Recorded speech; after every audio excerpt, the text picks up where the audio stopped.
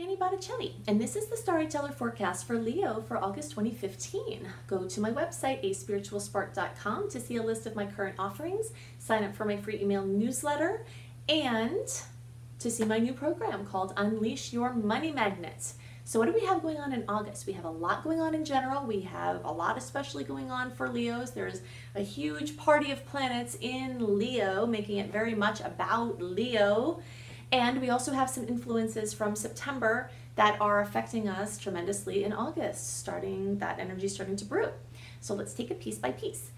So we have the Sun, Mercury, Jupiter, and Venus all in Leo.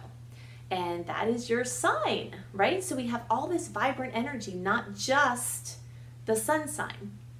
And we're going to talk more about that, but let's talk about birthdays first. So happy birthday if you haven't had your birthday already in July and you're watching this for your Sun sign, then it's going to be your birthday in August. If you've watched my reports before, and at least for a year, then you know that your birthday time is a magical time of potential manifestation because the sun in the sky represents the things you want. And so when the sun in the sky gets to the same point in your chart where it was when you were born, that they lock together and open this magical portal for your desires, for your wants. So you want to write your wishes down, you want to say them out loud, most importantly, you want to feel them as if they are coming true. Spend quiet time with your eyes closed. Focus on what it would feel like if these things you wanted came true. And feel your vibration just light up as if they're true. This is so going to help you to create the things that you want. And there's never a more powerful time to do this than on your birthday. So we have birthdays. Also we have all these other planets in Leo, like we talked about. So we're going to take all of this piece by piece and also talk about some important differentiations between early, middle, and late degree Leo placements, because this is going to be very critical as we're talking about a major planet having a sign change, which is Jupiter, which is my favorite planet, which rules Sagittarius. I'm a Sag, that's why I love it so much. But Jupiter is the great expander. It expands everything it touches. It brings opportunities and optimism and benevolence and luck and growth. And it has just spent a year in your sign. So now, by the time it's August 11th, all of you will have had some experience of Jupiter crossing over that critical Leo planet or planets, those critical planets in your charts. But if you are a late degree placement, especially if your rising sign is a late degree placement, then Jupiter moving into your first house is really just starting for you. So let's talk about that. So there's 360 degrees in a circle, and there's 12 signs. So 360 divided by 12 is 30 degrees. There's 30 degrees in each sign. So 0 degrees all the way up until 29 degrees of Leo is a place where you can have your Leo placement. Some of you just have your sun or rising or moon that you're watching for in Leo. Some of you have multiple planets in Leo. Whatever degrees those planets are at are critical because that's going to change the timing of certain events for you. And so I'm likening this energy of having planets in an early to middle to later degree sign like a marching band. Okay, so let's say you are at the point where the marching band is, that's at the beginning of where the parade starts, okay? And then there's other people over here and there's other people over here further off into the distance where the marching band is going to eventually get there, right? So when the marching band just starts out right at first, that is the same as the early degree Leo placement. So right at the beginning of that transit last August, or even in the several months leading up to it, like you hear it coming away or coming from a mile away, right? It's coming.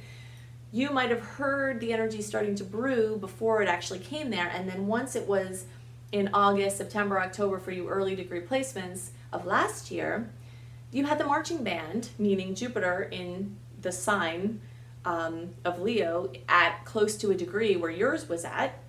You had the marching band right in front of you. So all the things that Jupiter brings, it would be front and center for you. If you were a middle degree placement or a later degree placement, you would hear the ruckus, you would hear the vibration, you would feel the energy, and some things might start happening. You're affected by it, But it's not until the marching band moves along and is not in front of the early degree placements anymore, it's in the middle degree placements, and it's really loud for them, and then it's getting louder for the later degree placements, and then after a while it gets to the point where the later degree placements are. If you have any of your planets that you're watching horoscopes for, sun, moon, rising, at a late degree, like 20 degrees or later, it would, especially as you get closer to the 22, 23, 24, later degrees of that sign, you really also want to pay attention to the horoscope that's after it. So Virgo, if you watch the Virgo horoscopes, you're going to pick up pieces of information that might not be covered as in as much depth in the regular Leo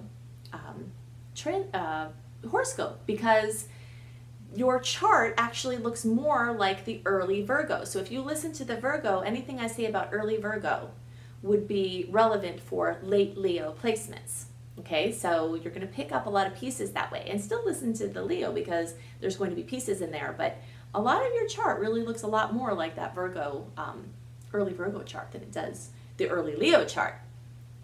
Okay, so for you who have late placements in Leo, that marching band of Jupiter is just now getting in front of you. So if you haven't had the rebirth, the new things on every level, the clean slates, the new relationships, the expansion of your identity that has been occurring for the early to middle degree placements, then you're just getting warmed up. You're just getting started in the transit. If you have a rising sign of a late degree Leo, you're just now starting to have that Jupiter cross over your ascendant, affect the big four, I call them areas of life that are connected to that ascendant. And that's self and relationship and home and family and career and work. Big four, that's like the core of all of our experience. When a planet crosses over that ascendant placement, it makes these critical angles to this big four. So it's like a major crossroads.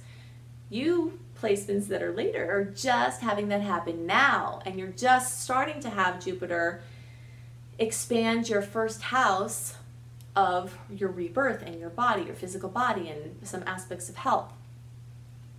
So for the rest of you, you early degree placements of Leo, you have Jupiter as of August 11th, and you might have felt this brewing before, through up to 3 months before. You're going to have Jupiter, the great expander, now start accentuating your house of finances. That is so exciting. So the great benefic, the bringer of big things, moving into your house of finances, your house of material things. I've tracked this in my own life. I've tracked this in many people's lives. What happens when Jupiter gets into your second house? A very high percentage of the time, because when we talk about astrological projections, it's really having to do with probabilities. There is a fine line between intuition and astrology, but really there's a science behind astrology that has nothing to do with intuition. There's just astrological timing that lends itself to an increase in probability of certain events and experiences. That is the science behind it. But an increase in probability doesn't mean 100% chance of something happening. It means an increase in probability. So you early degree placements of Leo, and then coming soon for you middle degree placements, and then coming into next summer for you late degree placements, you have a very increased chance of having your income increase. And it could increase dramatically. Now, one thing to be cautious of is most people, when their income increases, their spending increases. So I've seen people go through this year worth of having Jupiter expand their second house, and they'll look back and they could have made twice, 3 times, 4 times, even more how much money they were making before that transit, but they increased their expenses. And so by the end of the year, they don't have anything in savings. They, still feel like they're struggling to pay for all their bills because they've increased their bills and they've increased their spending. So if you really want to make the most of this Jupiter transit, when that money starts coming in, have a little protocol for yourself where you tithe a certain percent. Tithing is just a magical spiritual practice that is the best for everyone in the world, and it brings more money to you. So tithe some of it, where you give it away, basically. You donate it, you help someone with it. Save some of it every month, every time it comes in. spend some of it on things that you've been wanting and needing that are extra, you know, and some of it you can spend on increasing your standard of living in general. But you want to make sure that the saving and the tithing get rolled right into it, so that when you have Jupiter leave there, you're not still in a situation where you're like, oh God, I'm somehow just getting by even though I'm making 3 times as much as I was, right? So this is really good news. Finance, I mean, it's just like so many people are struggling with financial situations, and if you're one of them, this transit could be your best friend in just totally changing how you can make money. It can add multiple streams of income. It can add income where it wasn't before. It can make the current income you have greater. It's just a really big, exciting time. So we have all of that happening. And then we have a new moon on August 14th, and that new moon is in Leo. So having a new moon in your sign is very exciting. This is the first new moon that we've had in several months that have not been encumbered by madness. We've had several new moons that have had just fierce aspects to them that have just been challenging and totally stolen the thunder of the new moon, you know, this newness, this freshness, this new beginning. We don't get to have a full new moon experience when there's challenging aspects. And this is the first new moon in a long time that we don't have that. And it's in your sign, so this is really auspicious. By the way, Venus is still retrograde. If you didn't listen to the July report, it would be good to do that because I talked about Venus retrograde, which started on July 25th. It runs through September 6th. The shadow period started at the end of June, and the shadow period at the back end runs into October, into like the first week of October. So the end of June, July, August, September, beginning of October, all in Venus retrograde. This happens once every 18 months. Venus rules love, beauty, and money. There are very specific things that Venus in retrograde that you're not best indicated to do. Do's and don'ts of Venus retrograde. I made a special separate video about this because I didn't have enough time in the general reports to cover it because it's just way too much. So you definitely want to search for under Annie Botticelli YouTube channel Venus retrograde and listen to that at length and take notes, because love and money are 2 of the top things that people are always asking me about. This is like the major things in people's lives that they're very concerned about.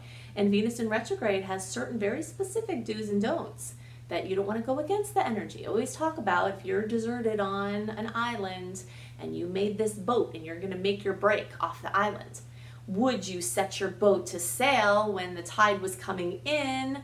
No, you would wait until the tide was going out, right? That is what astrology is in a nutshell. There's certain timing that is better for certain things and not as good for other things. And if you time your conscious decisions, your part of your experience, with those astrological matches, then you can take things further and you can prevent yourself a lot of heartache and challenge. And that's what we want. And that's why we use astrology as a tool, a tool of conscious evolution, but also a tool for more graceful living.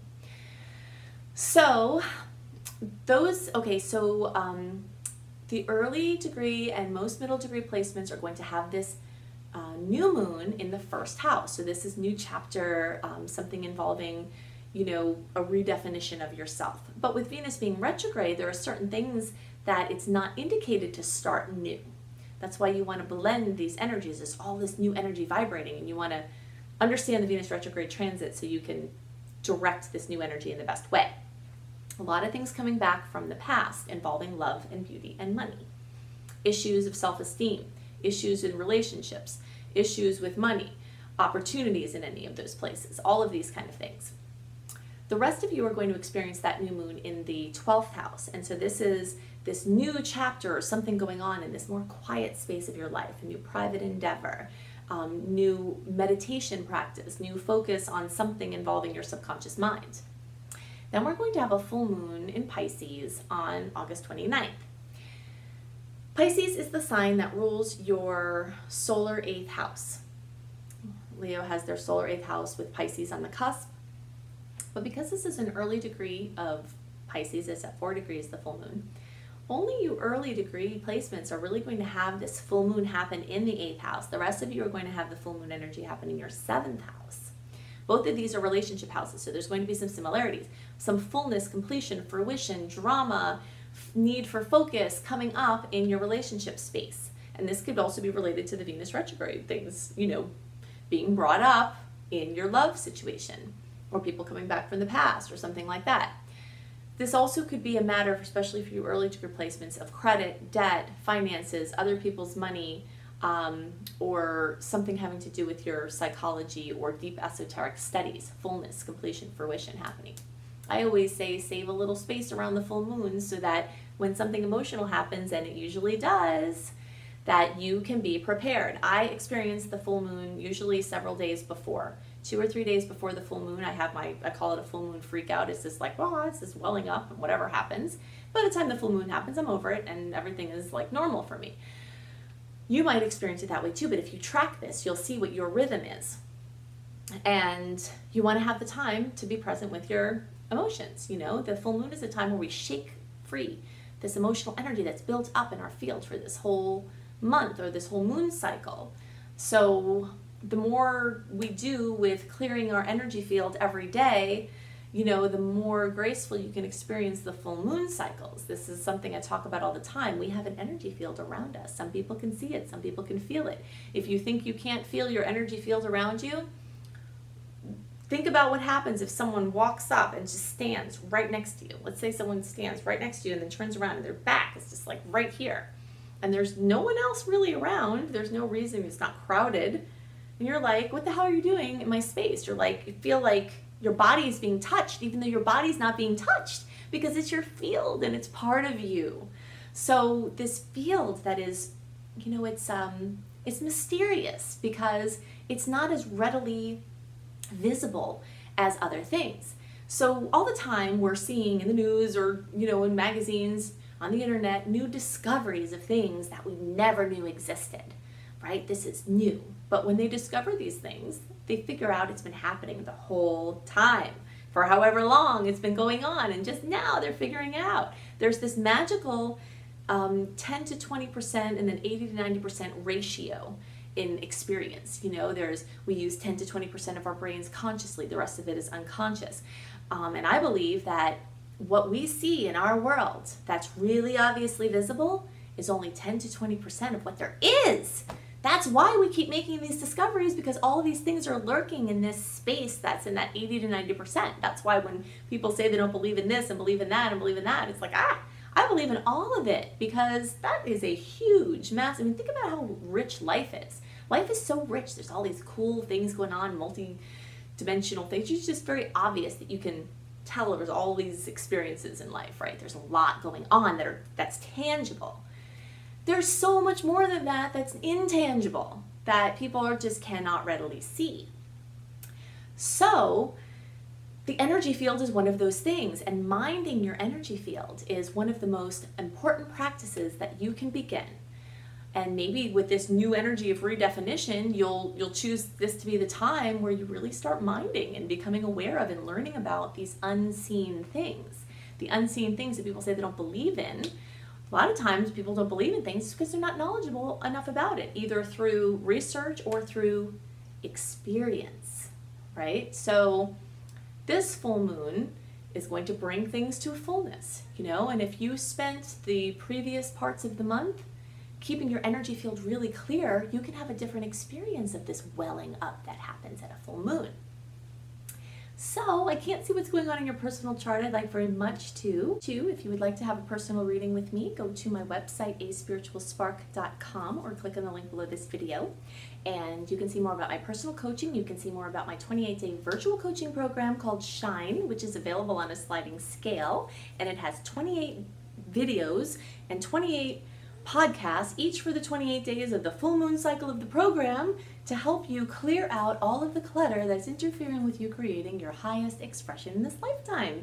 And definitely sign up for my free email newsletter and become part of my community and have access to things that other people don't even know about, including free offerings that I have or that come to me. And You also can check out my new webinar called Unleash Your Money Magnet. And it's over 2 hours of power-packed webinar that helps you to do just that. So I hope you have a wonderful August. Take care. Bye.